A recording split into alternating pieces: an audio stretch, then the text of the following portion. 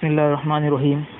وشروط الطواف ستة أحدها طهر عن حدث وخبث وثانيها ستر لعورة قادر فلو زال فيه جدد وبنى على طوافه وإن تعمد ذلك وطال الفصل. وثالثها نيته أي الطواف إن استقبل بأن لم يشمله نسك كسائر العبادات وإلا فهي سنة.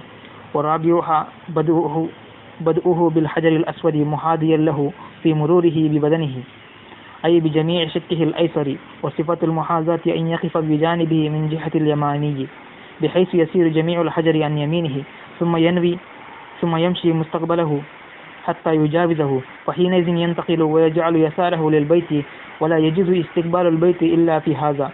وخامسها جعل البيت عن يساره مارا تلقاء وجهه ويجب كونه خارجا بكل بدنه حتى بيده عن شاذروانه وحجره للاتباع. فإن خالف شيئا من ذلك لم يصح طوافه.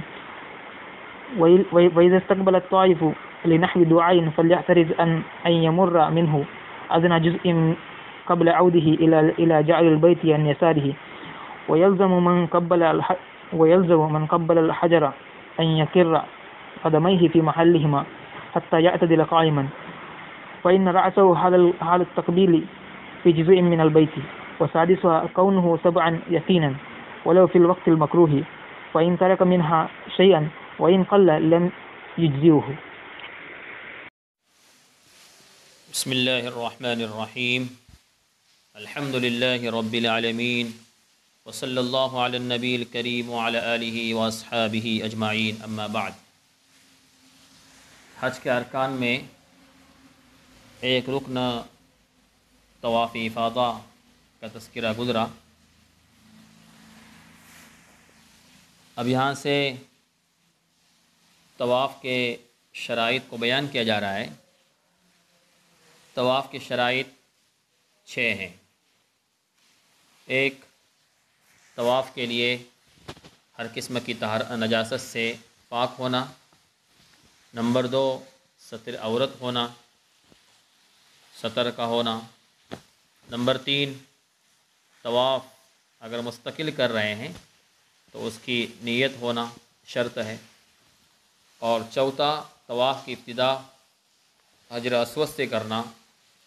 اور پانچواں، طواف کرتے وقت بیت اللہ طواف کرنے والے کے بائیں جانب ہو. اس طرح طواف کرنا کہ طواف میں مکمل طور پر بیت اللہ طواف کرنے والے کے بائیں جانب ہو. اور چھٹا، طواف کے کل چکر اور پھیرے 7 مرتبہ ہے. 7 مرتبہ یقینی طور پر چکر لگانا ہے. یہ 6 شرائط طواف کے ہیں.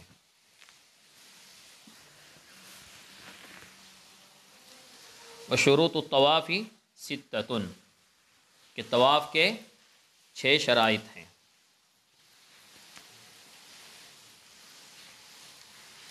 احدها طہر، سب سے پہلی شرط حدث اور نجاست سے پاک ہونا. حدث کے اندر حدث اصغر بھی ہے اور حدث اکبر بھی ہے. باوضو بھی ہونا ضروری ہے اور ہر قسم کی جنابت سے پاک ہونا بھی ضروری ہے.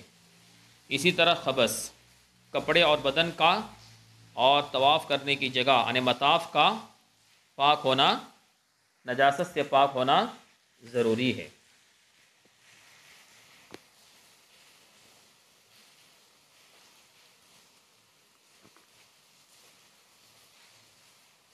عورت اگر ہے تو اس کا حائض سے پاک ہونا ضروری ہے. لیکن اگر کسی عورت کو طواف رکن سے پہلے حائض آ جائے اور اس کے لیے وہاں طواف پاک ہونے تک اور پاک ہو کر غسل کر کے طواف کرنا ممکن نہ ہو، واپسی جلدی ہو، تو ایسی صورت میں اسے کیا کرنا چاہیے کیا اسی حالت میں اسے طواف کرنا چاہیے؟ مشہور تو یہی ہے مسئلہ کہ اس عورت کو اس حالت میں طواف کرنا درست نہیں ہے، بلکہ وہ اگر چاہے تو وہاں سے اپنا سفر شروع کرے، اور جب ایسی جگہ پر پہنچے کہ جہاں سے مکۃ المکرمہ واپس جانا اس کے لیے دشوار ہو، تو پھر وہ محصر کی طرح حلال ہو جائے، یعنی حلال ہونے کی نیت کرے اور دم دے اور اپنے بال کچھ کٹوائے، لیکن اس صورت میں طواف اس کے ذمہ باقی رہے گا، دوبارہ اسے طواف کرنا پڑے گا۔ اس سے زیادہ آسانی اور احتیاط یہ ہے، جس پر اس سے پہلے جو مجمع امام شافعی العالمی کا سیمینار ہوا تھا، اس میں بھی یہ تجویز پاس ہوئی ہے، اس میں سوال زیر بحث تھا، اور بالاتفاق یہ تجویز پاس ہوئی ہے کہ ایسی عورت کے سلسلے میں یہ حکم ہے، بہتر تو یہ ہے کہ وہ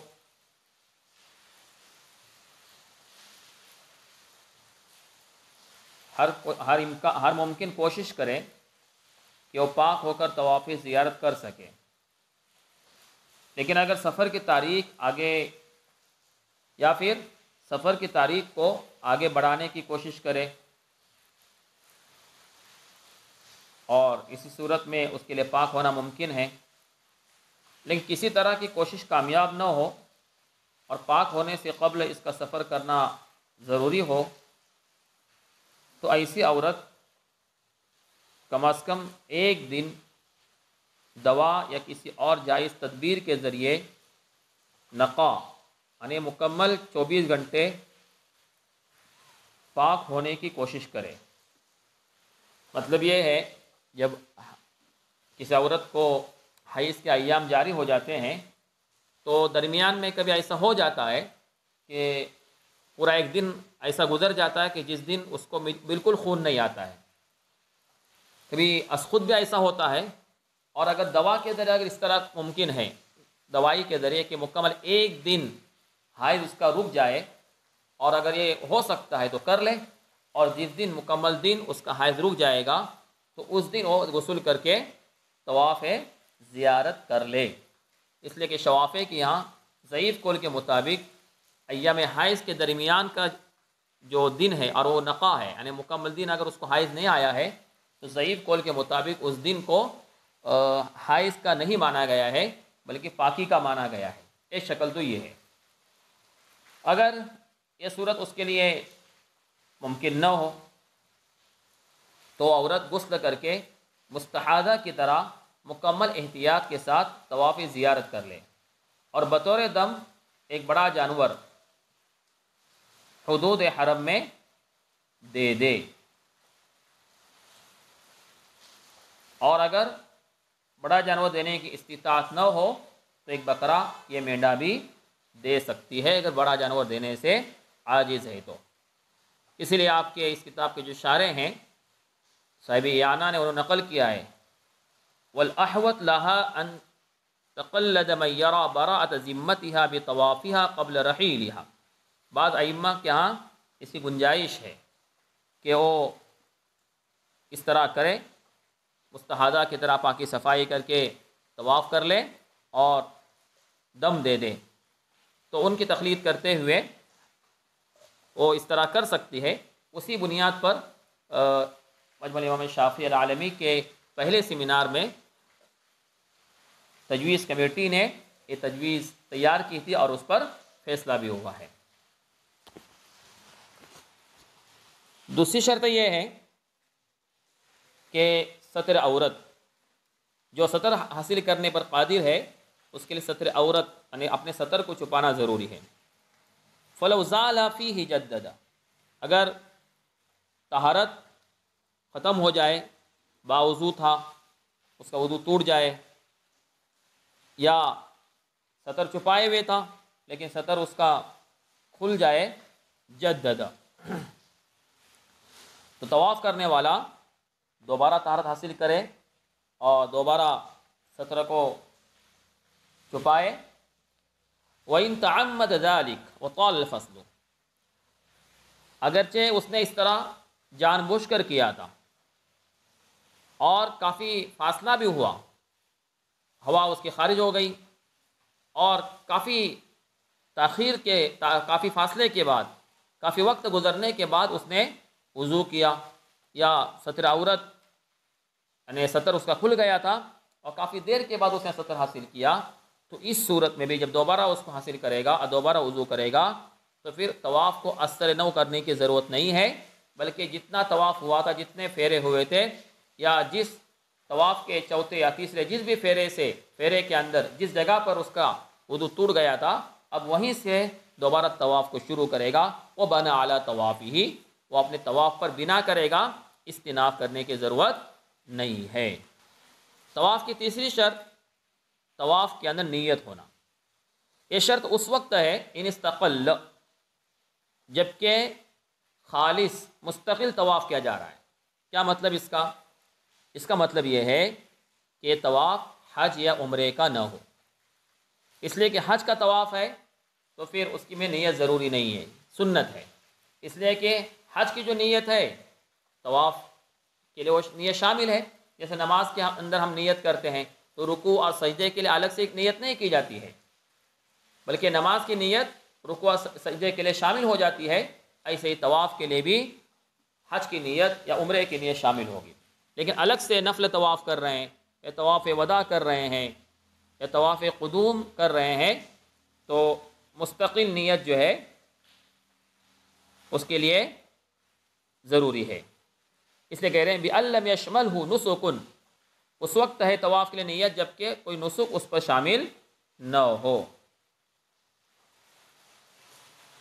کسائر العبادات، جیسے کہ تمام عبادات کی یہی صورت ہے کہ ہر فعل میں نیت ضروری نہیں ہے، بلکہ شروع میں نیت ہو کافی ہے۔ لیکن اگر مستقل طواف نہ ہو بلکہ نسک پر شامل ہو، نسک کے اندر داخل ہو، تو پھر وہاں پر نیت کرنا سنت ہے۔ طواف کی چوتھی شرط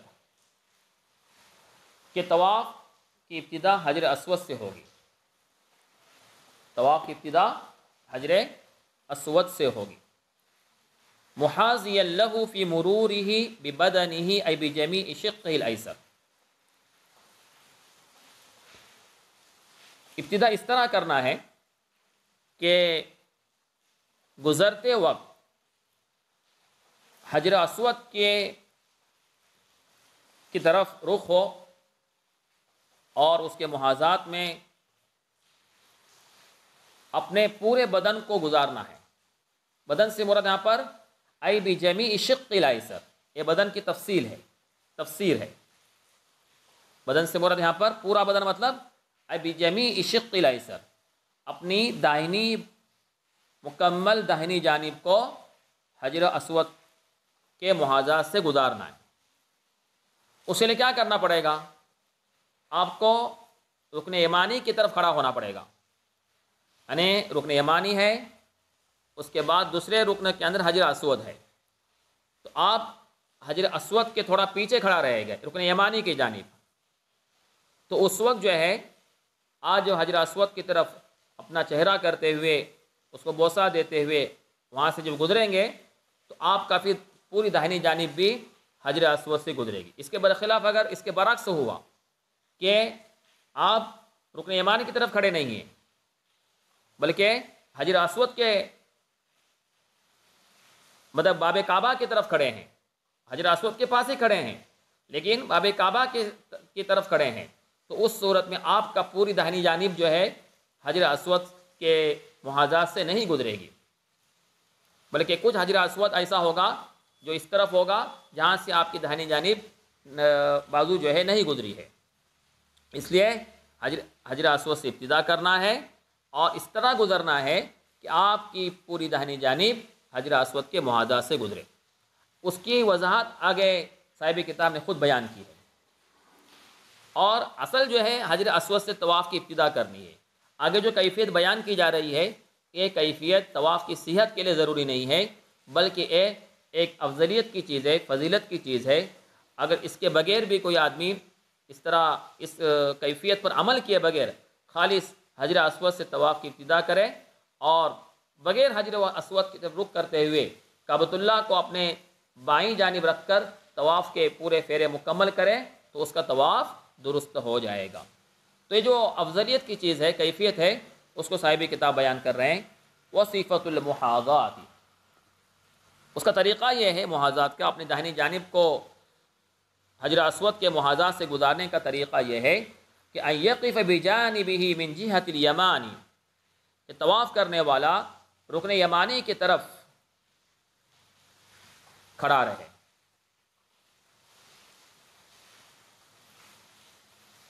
یعنی حجر اسود کے بجانبہ اے بجانب الحجر الاسود، حجر اسود کے اس کنارے پر کھڑا رہے جو رکن یمانی کی طرف ہے، اس سرے پر کھڑا رہے، نہ کہ اس سرے پر جو باب کعبہ کی طرف ہے، اس طور پر کہ پورا کے پورا حجر اسود اس کے داہنی جانب میں آ جائے۔ ظاہر بات ہے وہ جب رکن یمانی کے حجر اسود کے اس کنارے پر کھڑا رہے گا جو رکن یمانی کی طرف ہے، تو پھر پورا حجر اسود اس کی داہنی جانب ہوگا۔ ثم ینوی، پھر وہ نیت کرے گا۔ ثم یمشی مستقبلہ، پھر حجر اسود کی طرف ہی اپنا رخ کرتے ہوئے چلے گا۔ حتی یجاوزہ، یہاں تک کہ حجر اسود کو پار کرے گا، اس طور پر کہ وہ حجر اسود کی طرف ہی اپنا رخ کرے گا، حجر اسود کو ہی دیکھ رہا ہوگا۔ حجر اسود کو پار کرنے کے بعد فحینئذ، اس وقت جو ہے وہ اپنا رخ چینج کرے گا۔ ابھی فی الحال وہ حجر اسود کو دیکھ رہا تھا، لیکن جیسے حجر اسود کو اس نے پار کر دیا، اب وہ اپنا رخ اپنے سیدھ میں کرے گا، یعنی کعبۃ اللہ کی طرف اس کا جو رخ تھا وہاں سے ہٹا کر، یعنی حجر اسود کی طرف جو اس کا رخ تھا وہاں سے ہٹا کر اب وہ رخ اپنا جو ہے سیدھا پھیرے گا اور سیدھا چلنے لگے گا۔ تو اس طور پر کہ اب جو ہے یہاں سے کعبۃ اللہ اس کے بائیں جانب آ جائے گا۔ وَيَجْعَلَ يَسَارَهُ لِلْبَيْتِ، اور وہاں پر اب اس کی بائیں جانب، طواف کرنے والے کی بائیں جانب بیت اللہ کی طرف ہو جائے گی، تو ظاہر بات ہے بیت اللہ اس کی داہنی جانب آ جائے گا۔ اب پورا طواف اسی طرح کرنا ہے۔ آگے اس کی باقاعدہ ایک شرط آگے آ رہی پانچویں، کہ بیت اللہ طواف کرنے والے کے داہنی جانب ہونا ضروری ہے، اس طرح طواف کرنا ہے۔ البتہ حجر اسود کے سامنے جب ہم گزریں گے اس وقت حجر اسود کی طرف رخ کرنا ہے، اس لیے آگے کہہ رہے ہیں وَلَا يَجُوزُ اسْتِقْبَالُ الْبَيْتِ إِلَّا فِي هَذَا، بس کہ استقبال بیت یعنی بیت اللہ کو دیکھنا صرف اور صرف اس صورت میں ہی جائز ہے۔ بیت اللہ کی طرف اپنا رخ کرنا، بیت اللہ کو دیکھنے سے مراد بیت اللہ کی طرف اپنا رخ کرنا صرف اس صورت میں ہی جائز ہے، یعنی حجر اسود کے پاس سے اس کے محاذات سے گزرتے وقت۔ باقی پورا بیت اللہ کو اس طرح، بیت اللہ کے ارد گرد پورا اس طرح گزرنا ہے کہ آپ کا رخ آپ کے سامنے ہو، آپ کے چلنے کی سمت ہو، اور بیت اللہ جو آپ کے بائیں جانب ہو۔ یہ پانچویں شرط ہے، یہ چوتھی شرط ہے۔ پانچویں شرط کیا ہے؟ وَخَامِسُهَا جَعْلُ الْبَيْتِ عَنْ يَسَارِهِ مَارًا تِلْقَاءَ وَجْهِهِ، کہ اپنے چہرے کی سمت یعنی اپنے چلنے کے سیدھ میں آپ جس طرف چل رہے ہیں تو اپنے سیدھ میں بیت اللہ آپ کے داہنی جانب ہو، مارن گزرتے وقت، تلقاء وجہہ یعنی چلنے کی جو کیفیت ہے آپ کی، اس چلتے وقت جب آپ اپنے سیدھ میں چل رہے ہیں تو اس وقت جو ہے بیت اللہ آپ کے بائیں جانب ہو اور آپ کا رخ آپ کے سامنے ہو۔ فَيَجِبُ كَوْنُهُ خَارِجًا بِكُلِّ بَدَنِهِ حَتَّى بِيَدِهِ عَنْ شَاذِرْوَانِهِ وَحِجْرِهِ لِلْاتِّبَاعِ، احتیاط اتنا برتنا ہے کہ واجب ہے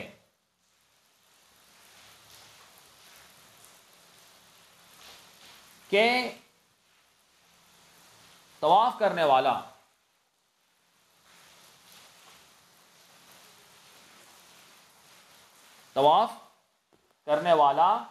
مکمل طور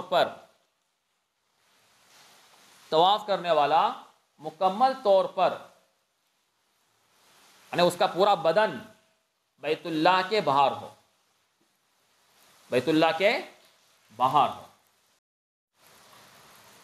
فیجب کونہ یعنی پورا کے پورا بدن، وہ اس حال میں طواف کرے کہ اس کا پورا بدن بیت اللہ سے باہر ہو، یہاں تک شادروان سے بھی باہر ہو، بیت اللہ سے تو باہر ہو ہی، اور بیت اللہ کے جو چاروں طرف کی دیوار ہیں اس کے بالکل جڑ میں جو ہے شادروان بنا ہوا ہے، ایک ایسی بارڈر بنی ہوئی ہے جو فسلان کی طرح ہے، بالکل واضح ہے، تو اس کے باہر سے جو ہے طواف کرنا ضروری ہے، یہاں تک کہ ہاتھ بھی شادروان کے حدود میں داخل نہ ہو، تو شادروان سے بھی باہر ہونا چاہیے اور حتیم کعبہ سے باہر ہونا چاہیے، حتیم کعبہ سے بھی باہر ہونا چاہیے۔ یہ ہاں پر کسرہ ہے، یہ حجر اسماعیل ہے، اس کو ہمارے عبارت پڑھنے والوں میں سے بہت نے اس کو ہاں پر فتحہ پڑھا ہے، تو حجر اسماعیل کہیے یا حتیم کعبہ کہیے، تو اس کے بھی باہر سے گزرنا ضروری ہے۔ آپ وہاں دیکھیں گے کہ حجر اسماعیل جو حتیم ہے اس کے دونوں طرف راستہ ہے اندر جانے کے لیے، اس طرف سے بھی اس طرف سے بھی ہے، وہاں سے اندر گھس کے طواف نہیں کرنا ورنہ طواف صحیح نہیں ہوگا، بلکہ اس کے باہر سے 7 پھیرے اور 7 چکر ہونا ضروری ہے۔ تو یہاں تک کہ اس کا ہاتھ، اس کا پورا بدن، اور یہاں تک کہ اس کا ہاتھ بھی شادروان اور حجر اسماعیل حتیم کعبہ سے کے حدود میں داخل نہیں ہونا چاہیے، بلکہ اس کے باہر سے گزرنا ضروری ہے۔ فَإِنْ خَالَفَ شَيْئًا مِنْ ذَلِكَ لَمْ يَصِحَّ طَوَافُهُ، اگر کسی نے اس کے برخلاف کیا، ہاتھ اس کا شادروان میں گیا، اس لیے بہت سے لوگ حجر اسود کی تقبیل کے لیے شادروان پر سے چلتے ہیں، اگر طواف کے دوران چل رہے ہیں تقبیل کے لیے تو وہ چکر ان کا صحیح نہیں ہوگا، شادروان پر سے وہ لائن لگاتے ہیں تو پھر وہ پھیرا اور وہ چکر جو ہے ان کا صحیح نہیں ہوگا۔ فَإِنْ خَالَفَ شَيْئًا مِنْ ذَلِكَ لَمْ يَصِحَّ طَوَافُهُ، اسی لیے کہہ رہے ہیں کہ جب طواف کرنے والا وَإِذَا اسْتَقْبَلَ الطَّائِفُ لِنَحْوِ دُعَاءٍ، جب طواف کرنے والا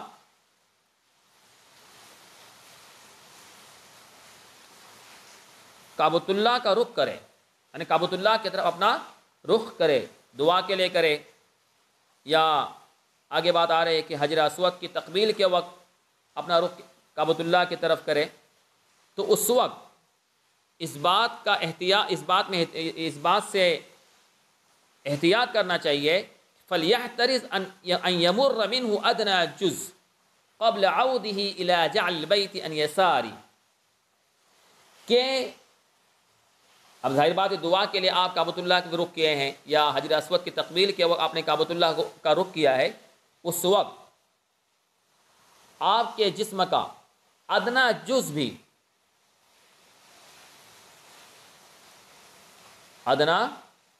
بھی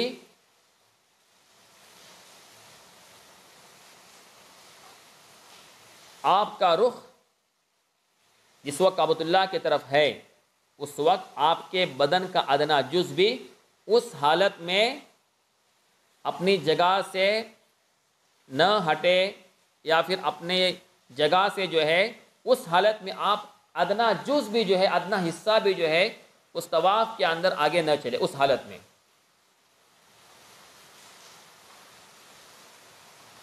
یعنی کعبۃ اللہ کی طرف رخ کرتے ہوئے اگر معمولی مقدار بھی اگر کوئی آدمی اپنی جگہ سے جو ہے جہاں کھڑا تھا وہاں سے ہٹ جائے اور اس کا رخ قبلے کی طرف ہی ہو، تو اس صورت میں اس کا طواف شمار نہیں ہوگا، اس کو دوبارہ پیچھے آنا پڑے گا۔ ایک کب تک؟ قبل عود الی جعل البیت عن یسارہ، بیت اللہ کو اپنے بائیں جانب کرنے سے پہلے پہلے ادنا جز بھی اس کا اس حالت میں نہ گزرے. اس کون سی حالت میں کہ وہ بیت اللہ کی طرف دیکھ رہا ہو، اس حالت میں وہ نہ چلے، معمولی مقدار بھی نہ چلے، یہ مراد ہے. قبل عود الى جعل البیت یسار، یعنی یساری مطلب کعبۃ اللہ کو یعنی بیت اللہ کو اپنے بائیں جانب کرنے سے پہلے معمولی مقدار بھی کعبۃ اللہ کی طرف رخ کرتے ہوئے وہ نہ چلے، بلکہ اب اس کو دعا ختم ہونے کے بعد دوبارہ اپنا رخ اپنے سامنے کرنا ہے، اس طور پر کہ بیت اللہ جو ہے اس کے بائیں جانب آ جائے، پھر آگے چلنا ہے. اسی لیے آگے احتیاط یہ بات بھی لکھی ہوئی ہے کعبۃ اللہ کی حجر اسود کی تقبیل کے موقع پر کہ عام طور پر وہاں بھیڑ ہوتی ہے، اس لیے کہہ رہے ہیں وَيَلْزَمُ مَنْ قَبَّلَ الْحَجَرَ أَنْ يَقِرَّ قَدَمَيْهِ فِي مَحَلِّهِمَا حَتَّى يَعْتَدِلَ قَائِمًا. اس لیے لازم ہے اس شخص پر جو حجر اسود کی تقبیل کر رہا ہے کہ وہ اپنے دونوں قدم کو اپنی جگہ پر برقرار رکھے. کب تک؟ حتی یعتدل قائما، یہاں تک کہ حجر اسود کی تقبیل سے فارغ ہو کر وہ بالکل اچھی طرح کھڑا ہو جائے. کیوں؟ اس لیے کہ اس وقت اس کا سر تقبیل کے وقت بیت اللہ کے جز میں رہتا ہے، بیت اللہ کے اندر رہتا ہے. اس وقت اگر اس کے قدم آگے اس طرف چل گئے، پیچھے کی طرف آئے تو کوئی بات نہیں ہے، جس طرف اس کو اب طواف کرنا ہے باب کعبہ کی طرف جانا ہے. اگر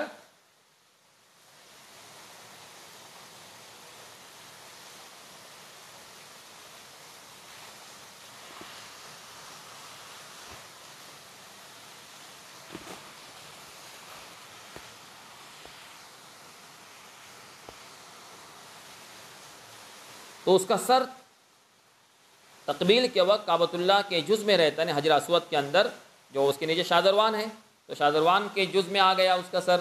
اس لیے کہہ رہے ہیں اچھی طرح کھڑے ہونے تک اس کے دونوں قدم اپنی جگہ پہ برقرار رہے. لہذا اگر اس وقت اس کے پیر آگے کی طرف یعنی باب کعبہ کی طرف ایک بالش کے بقدرے بھی چلے گئے اور وہ دوبارہ اگر واپس آیا اور پھر بیت اللہ کو اپنے بائیں طرف کیے بغیر اگر واپس آ کر جو ہے پھر اس نے تو وہ پھیرا اور چکر شمار شروع نہیں کیا، تو اس صورت میں پھر اس کا وہ چکر شمار نہیں ہوگا.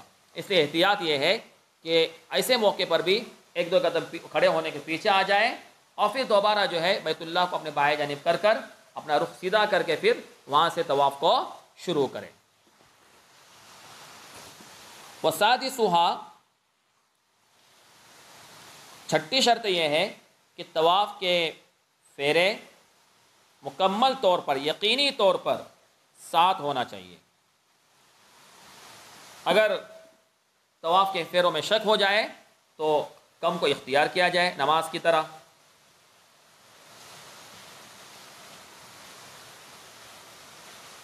وَلَوْ فِي الْوَقْتِ الْمَكْرُوهِ،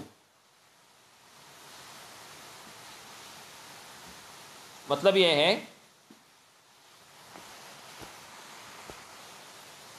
کہ اوقات مکروہ میں بھی طواف درست ہے. حالانکہ اس عبارت کا تعلق 7 عدد طواف ہونا چاہیے اس سے نہیں ہے، بلکہ ایک مستقل مسئلہ ہے کہ اوقات مکروہہ کے اندر بھی طواف درست ہے. اگلی جو عبارت ہے اس کا تعلق ما قبل کی عبارت سے کون سبعا یقیناً سے ہے کہ فَإِن تَرَكَ مِنْهَا شَيْئًا، کہ اگر 7 پھیروں میں سے کسی نے 6 پھیرے کیا، ایک چھوڑ دیا، یا 7 تو کیا لیکن ایک میں سے کچھ کم کیا، لم یجزہ، تو پھر وہ پھیرا شمار نہیں ہوگا یہاں تک کہ دوبارہ کرے، یا جب تک وہ مکمل 7 پھیرے شمار نہیں ہوگے وہ طواف بھی صحیح اور درست نہیں ہوگا. واللہ اعلم بالصواب، وآخر دعوانا الحمد للہ رب العالمین.